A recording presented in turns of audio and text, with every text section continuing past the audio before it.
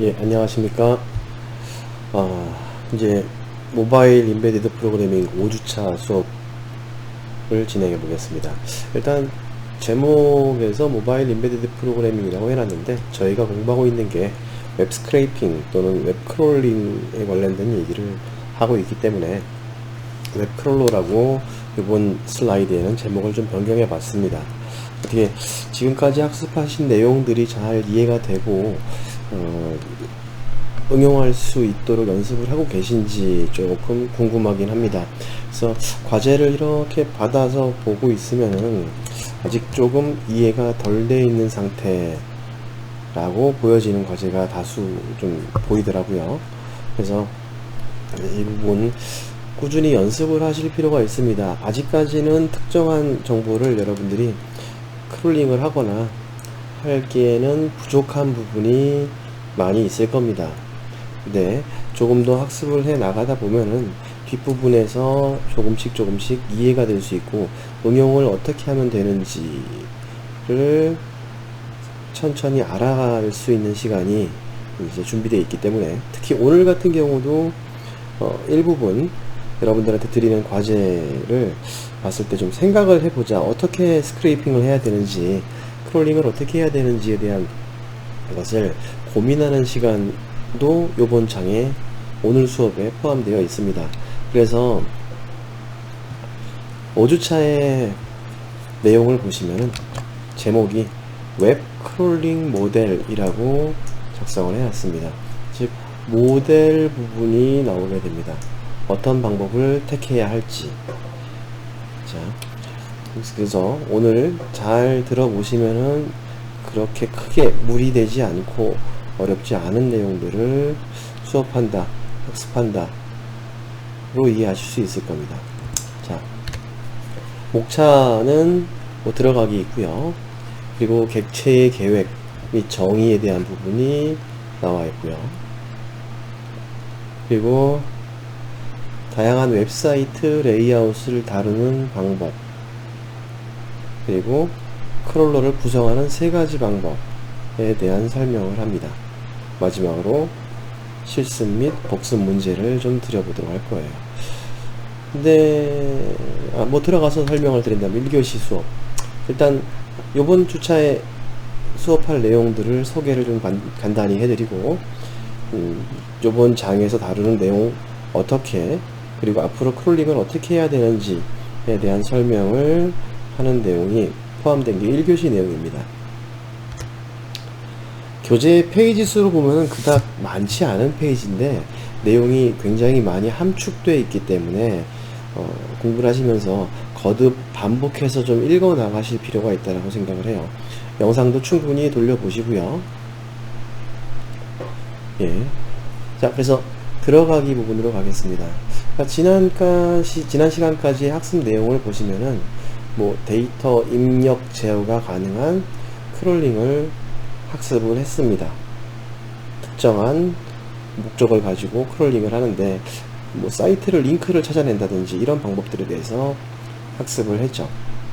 근데 이렇게 지난 시간까지 수업했던 크롤링 하는 방법들을 봤을 때 문제점은 일단 확장 가능한 코드를 작성하기가 어렵다라는 문제를 가지고 있습니다. 내가 나한테 맞는 필요한 크롤링을 하는 방법, 즉 컨트롤하기가 쉽지 않다는 얘기죠. 제어가 어려운 웹사이트에서는 다양한 데이터를 스크랩 해야 될 텐데 좀 종류가 많겠죠.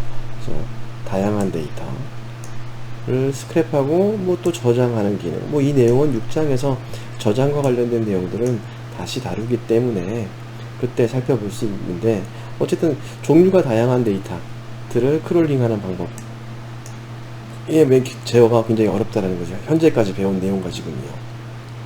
즉 일반적인 원칙이 적용되기가 어렵다. 그런 경우에는 우리가 여지껏 배운 것들은 문제를 일으킬 수 있다. 해결하기 쉽지 않다. 그래서 이제 얘기하고자 하는 게, 뭐 이기종 플랫폼과 레이아웃의 웹사이트, 서로 다른 사이트 플랫폼을 가지고 있고 서로 다른 레이아웃을 가지고 있는 사이트를 크롤링을 할 때는 어떻게 해야 되느냐, 공부를 해 볼 겁니다. 그래서 사이트별로 태그를 다르게 적용하는 경우에는 문제가 발생될 겁니다. 뭐 예를 들면 H1 태그를 제목 태그로 안 쓰고 뭐 이런 형태 서로 다르게 사용한 경우의 문제점들. 그래서 사용 방법의 차이, 기사 제목 또는 웹사이트 전체 제목으로 이제 기사 제목은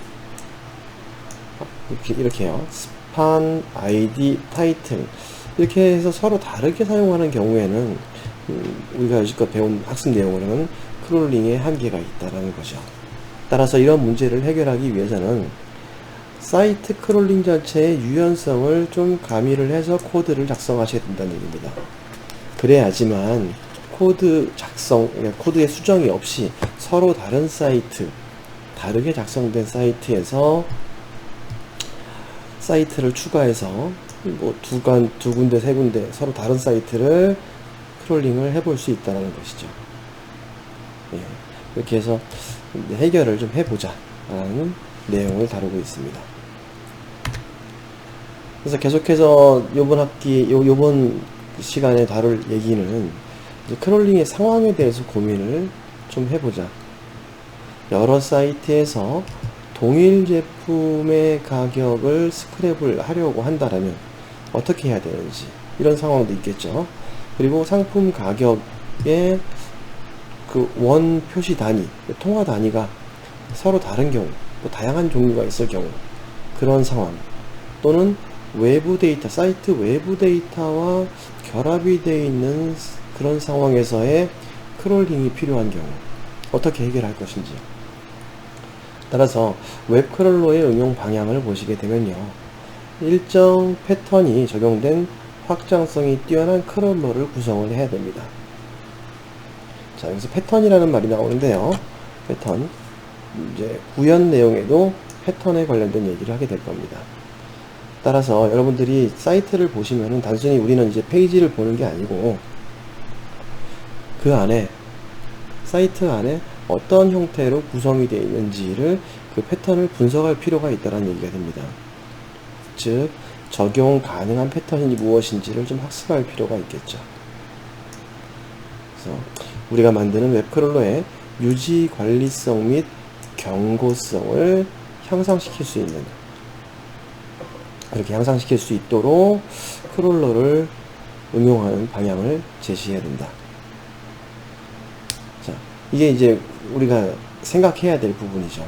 그래서 이번 주차에 학습할 내용은 여러 사이트요, 다양한 웹사이트에서 한정된 타입의 데이터를 수집하는 경우, 그리고 데이터 타입의 파이썬 객체를 저장한 후에 데이터베이스에 쓰거나 읽거나 하는 그런 웹크롤러를 학습하려고 한다. 물론 이 내용은 이번 장에서는 다루고 있지 않아요. 6장 또는 8장에서 자세한 설명을 하게 될 겁니다. 근데 이 장에서 학습한 내용이다라고 집어넣은 이유는 그렇게 하기 위해서 그러한 객체들을 규정을 하고 관리를 하실 수 있어야 된다는 얘기가 됩니다. 아시겠죠? 그래서 뭐 여러분들이 교재 73페이지 붙어 있는 내용들을 꾸준히 좀 살펴보시고 객체를 좀 계획하고 정의를 미리 내려놔야지만 크롤링을 쉽게 할 수 있는 상황이 되는 겁니다.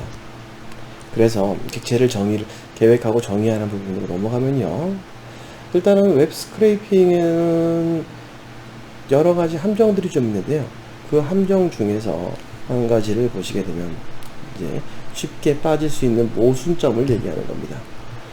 즉 단편화된 수집 데이터를 정의하는 경우.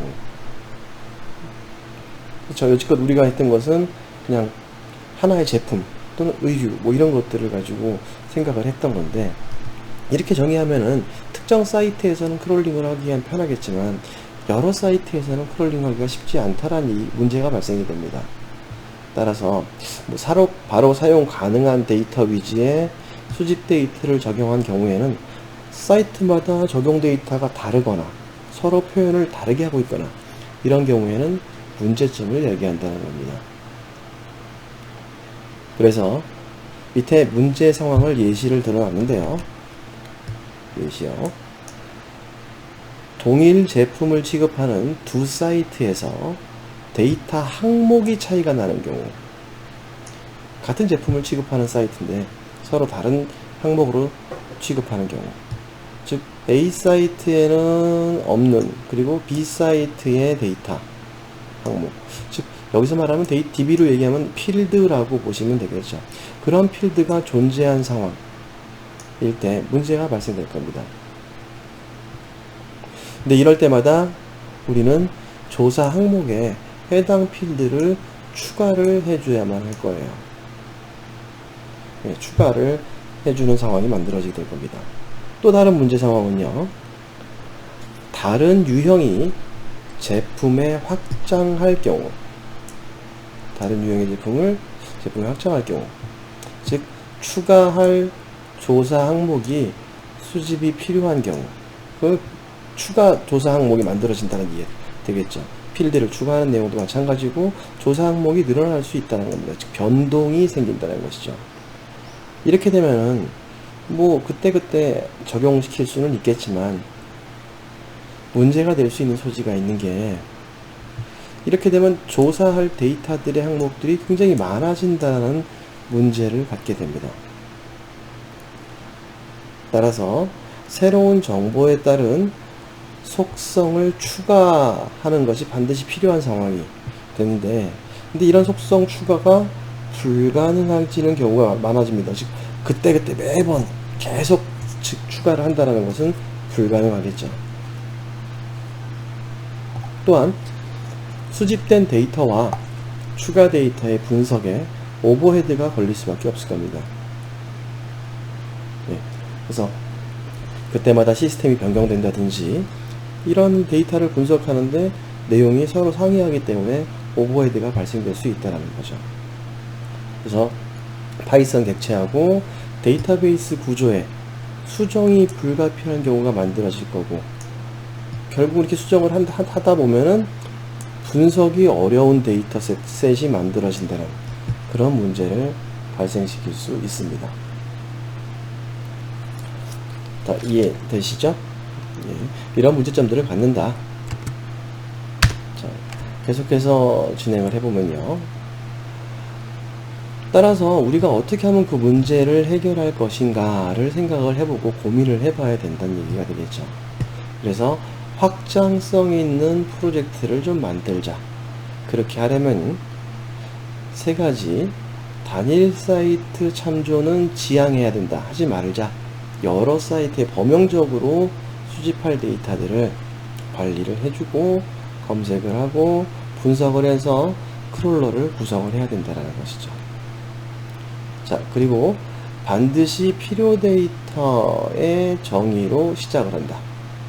필요한 데이터를 딱 반드시 필요한 것들을 좀 데이터로 정의해서 시작을 하자 라는 얘기를 하고요.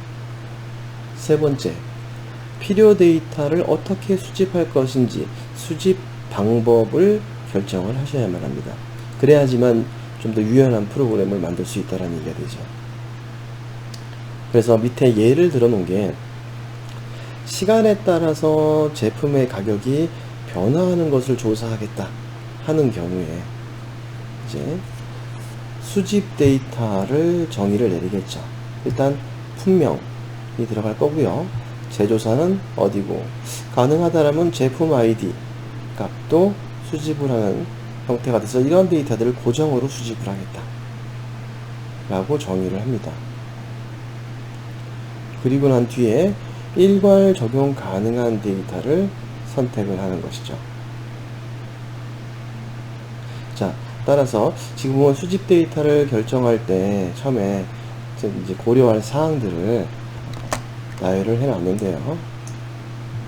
자, 첫 번째, 해당 정보의 필요성, 프로젝트에 영향이 얼마나 주어지는지, 필요한 데이터인지 아닌지를 판단을 하셔야 될 거고요.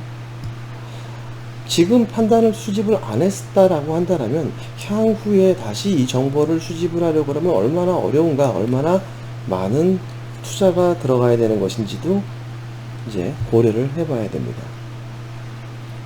세 번째, 중복 데이터는 없는지 확인을 하실 필요가 있습니다. 즉 수집한 데이터가 이미 수집한 데이터들하고 중복되어 있는 것이 있는지 확인할 필요가 있고요.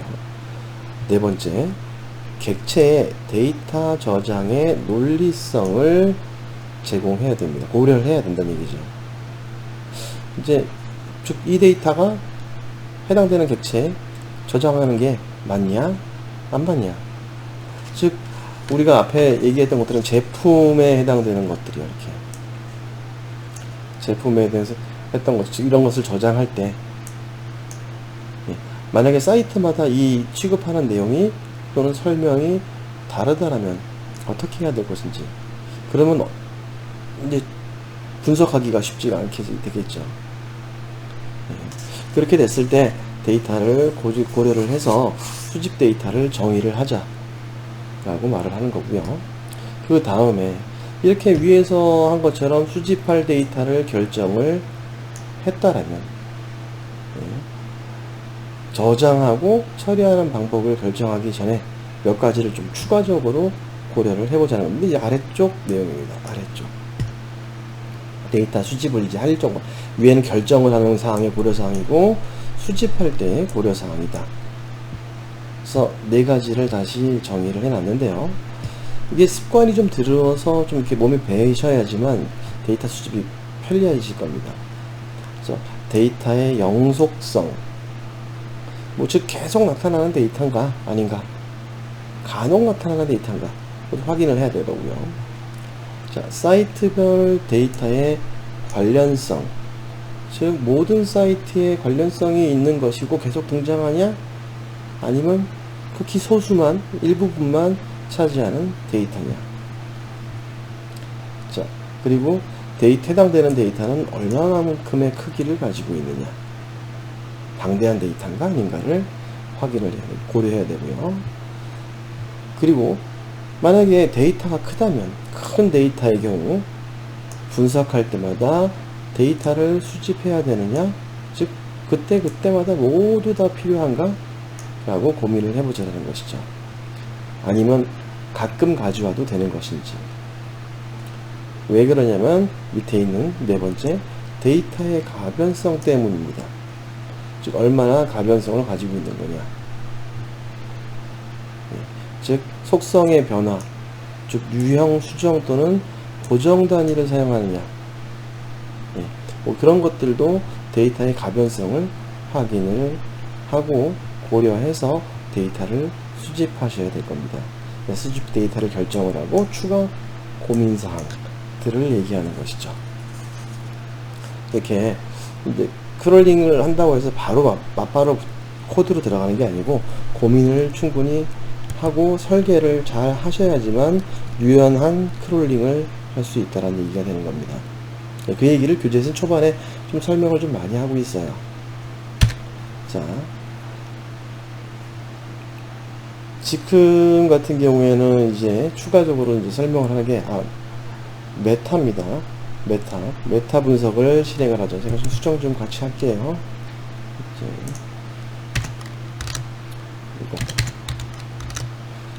메타 분석이라고 해서요. 즉 제품 속성 및 가격에 대한 메타 분석을 계획하고 있다고 가정을 하는 경우입니다. 즉 동일하거나 유사한 주제로 연구되어진, 메타 분석에 대한 정의를 내려본 건데요. 주어진 많은 연구물들의 결과를 객관적으로 그리고 계량적으로 종합하여 고찰하는 연구 방법을 메타 분석이라고 얘기를 해요. 이게 뭐 네이버 사전에 찾아보셔도 동일하게 설명을 하고 있습니다. 그래서 이런 제품 유형을 선택을 해서 어떤 것을 조사를 하려고 할 때 제품의 이름, 그리고 제조사가 어디고, 제품 아이디는 어떻고, 사용 가능한 경우요, 그리고 속성, 뭐 리스트나 딕셔너리 형태로 추가 속성들을 관리할 수 있겠죠. 자, 그래서 속성 유형을 구성할 때는 속성의 이름하고 값, 즉 추가 리스트 속성 이 부분입니다. 고정적인 이제 수집 데이터가 아니고 상황에 따라서 다른 속성 값을 나타낼 경우를 말하는 겁니다. 예. 또한 데이터 스키마를 이렇게 위에서 잘 정의를 해놓으면 DB하고 연관성 있게 작업을 할 텐데 데이터 스키마의 유연성을 제공할 수 있게 됩니다. 예. 또 오타가 있네. 스키마가 변경에 덜 민감하고 새로운 특성 적용이 용이하게 만들기 위해서죠. 예. 자, 이것도 좀 제가 더 좀 수정할게요.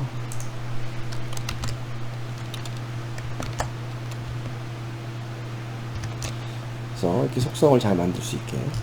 속성 데이터의 DB 필드에다가 기록을 할 수도 있을 겁니다. 뭐 제이슨을 사용하거나 또는 별도의 테이블을 구성해서 우리가 이제 스크롤링을 한 데이터들을 저장, 관리할 수 있는 상황까지 만드는 것이 필요하다라는 얘기를 하고 있습니다. 사실상 논리적으로 다 맞는 얘기인데 이것들을 지금처럼 정의를 내리는 이유는 이런 고민이 충분히 있는 상태에서 스크롤링을 진행해야 되기 때문입니다.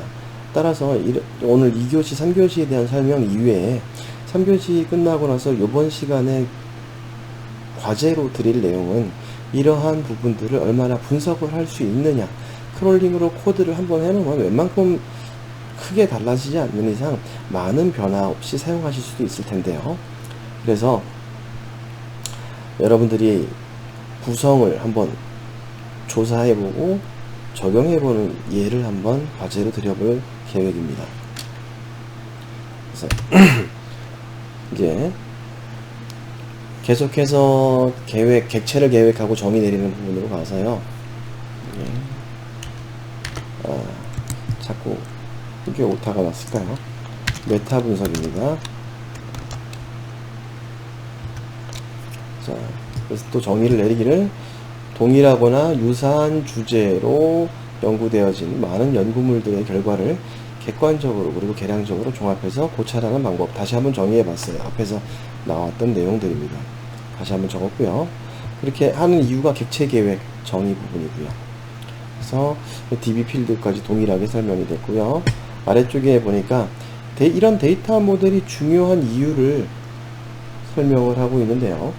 이거는 데이터 모델은 모든 코드의 기초가 되기 때문입니다. 매우 중요하다. 어떤 것을 조사할 것인지 그 모델링을 잘하자. 그래서 클래스로 객체 관리, 인스턴스화 시켰을 때 관리 측면을 고려를 해서 해야 되기 때문에, 구성해야 되기 때문에 굉장히 중요하다.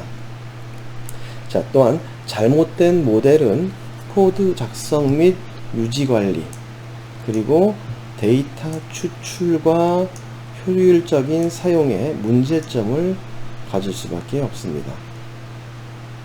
즉, 수집 사이트가 많아질 경우, 다양할 경우 수집 데이터의 종류와 저장 방식을 정확하게 계획해야지만 유연한 크롤링 프로그램을 작성할 수 있게 됩니다.